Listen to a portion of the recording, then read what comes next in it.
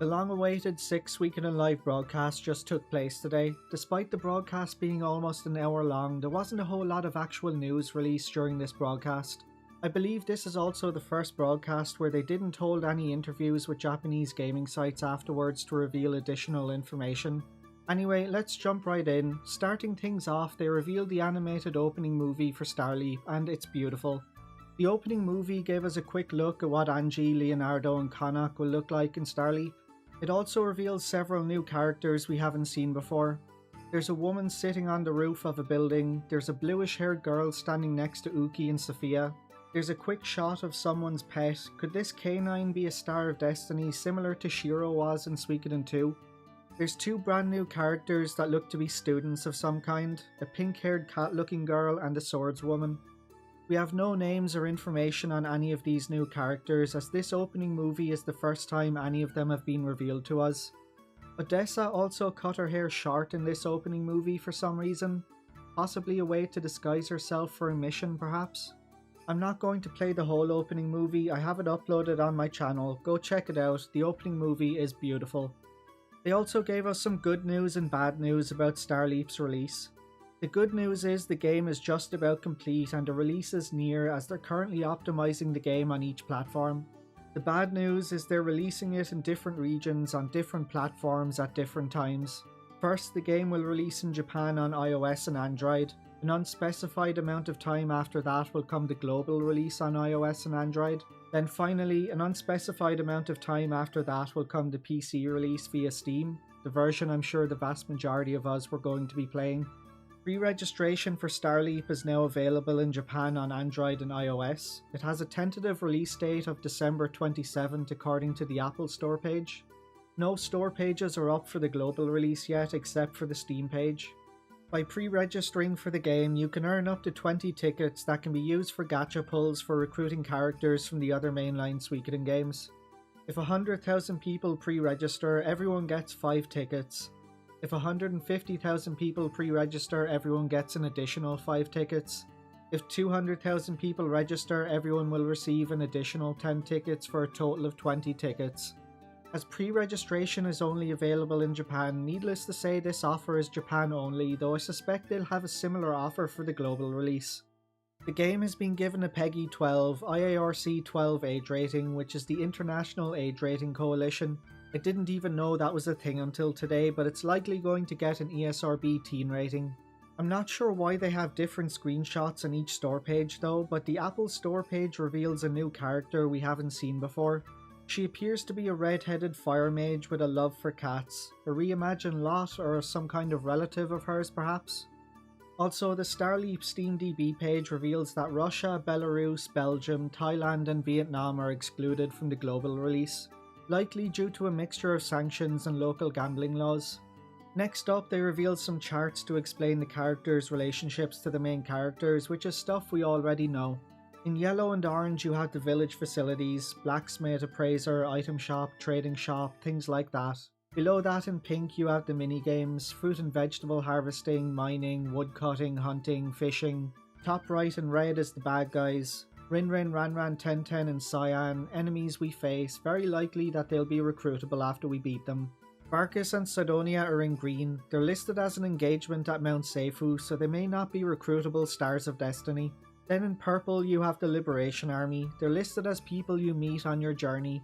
It's hard to say based on this chart, but the Liberation Army characters may not be Stars of Destiny. It's possible they might just be temporary companions. They showed off some gameplay with the Rinrin, Ranran, Tenten voice actresses playing a little bit of the game, nothing groundbreaking. But their gameplay did reveal a better look at the overworld and the battle system, which uses a timeline-based battle system instead of traditional turn-based that we're used to from the series. They also showed off a new character whose name is Mauser. He's a bunny knight. You can find him in the well in Gregminster. It seems that the Ma part of his name is important, hinting that they may be the squirrels, dogs, mermaids or beavers of the game, so we can potentially look forward to several more bunny knights to recruit.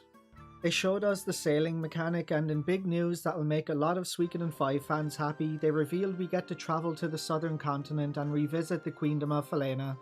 They showed off the rebuilt Lord Lake and revealed Galleon, Kyle, Nick and Lund's return. Galleon is described as a former Queen's Knight and old acquaintance of Hoenn Shapur. He's the current headmaster of the Rovere Academy.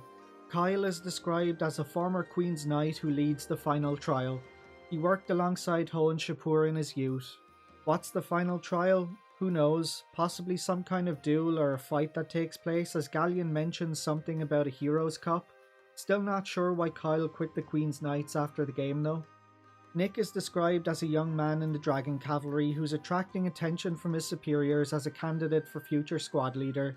Lun is described as a female dragon horse rider who overcame the rules and difficulties to become the first female Dragon Cavalry member.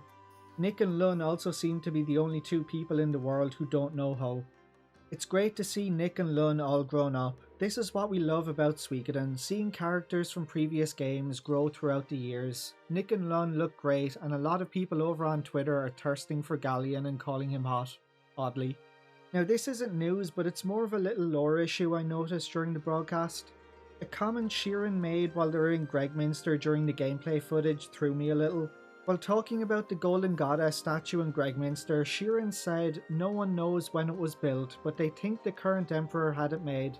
And one of the developers said Sheeran has been all over as a merchant, so she knows about towns, things like this.